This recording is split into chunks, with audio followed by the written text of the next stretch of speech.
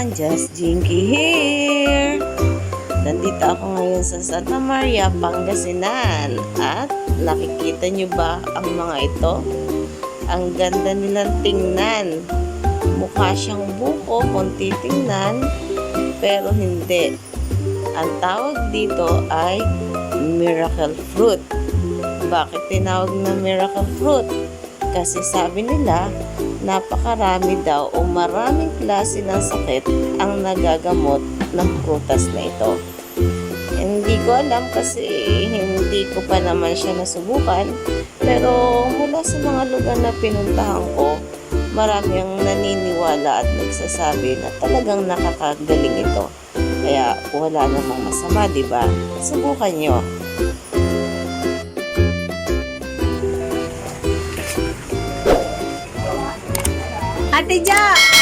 Ate Jassy, saan ba gamot tong mga to? Huwag daw yan sa maraming sakit, ma'am. Anong klaseng sakit? Yung walang pera lang daw ang hindi niya makakapon. Talaga?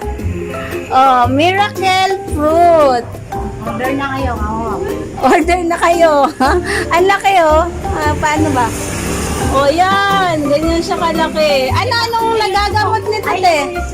Ha? Anong nagagamot nito, te? Ano, sa mga rayuma daw, rayuma. Oh, ikaw magsalita.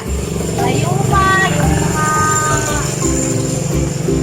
Rayuma, ano pa? Rayuma, yun naman. Mayuma. Sabi sa ano. Paano ito ginagawa, te? Ito, paano ginagawa? Ano yan, ma'am? Binabasag yan. Tapos, Tapos? tanggalin yung laman sa loob. Tapos, papakulot sa maninang apoy. Ilang minutes? Mga ano siguro, ma'am? Mga 30 minutes. Kasi 30 pag minutes. Yan laman yan.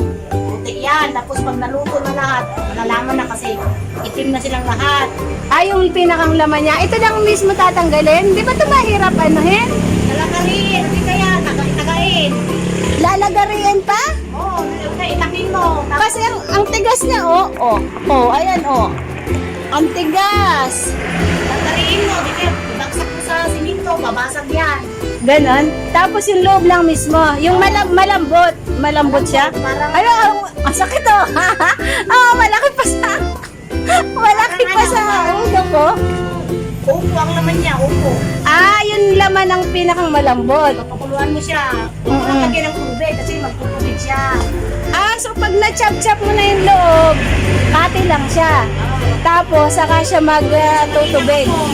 Mga ilang minutes nga? 30 minutes. Tingnan nyo to. Ang laki oh. Saan mo na. Kunin mo na yung tubig niya. Kasas niya. Malaki pa sa mukha ko. Ang laki niya oh. Paano ito itatanim? Sa kanya, ma'am. Ha? Sanga? May cute. Na liit. Parang avocado. Tapos ayan. Tapos ito, ang laki-laki na. Ang dami. Oh. Ang dami niyang bunga ngayon, te. May isa mo. Asan? Yun o. Nasan? Yun o. May katig na buhay na. Alin dyan? Yan yung nasa plastic. Ito? Oo. Ito? Yan yun. Yan, daw pala siya, oh. Bili mo sa Mindoro. Hindi ako taga Mindoro. Ay, oo nga, ganun nga siya, oh. Yun pala yung tinatanim. Ano yun, may buto ba yan? Hindi, ma'am. Yung sama. Ay, may buto siya. Maliliit. Maninipis. Aray ko, yun ang tinatanim. Hindi, ma'am. Sama. Sanga.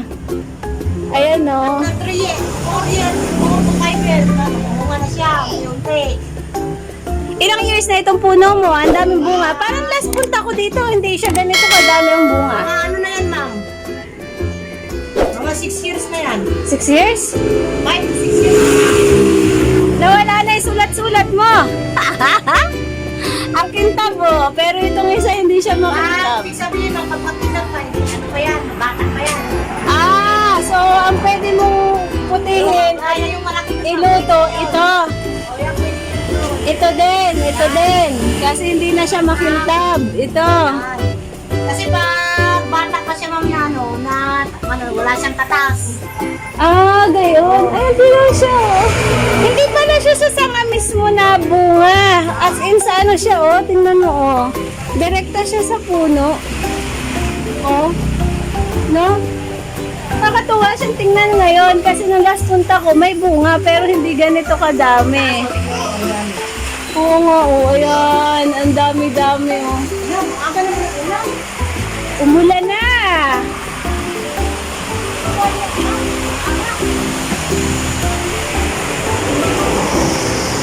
Ang daming miracle fruit!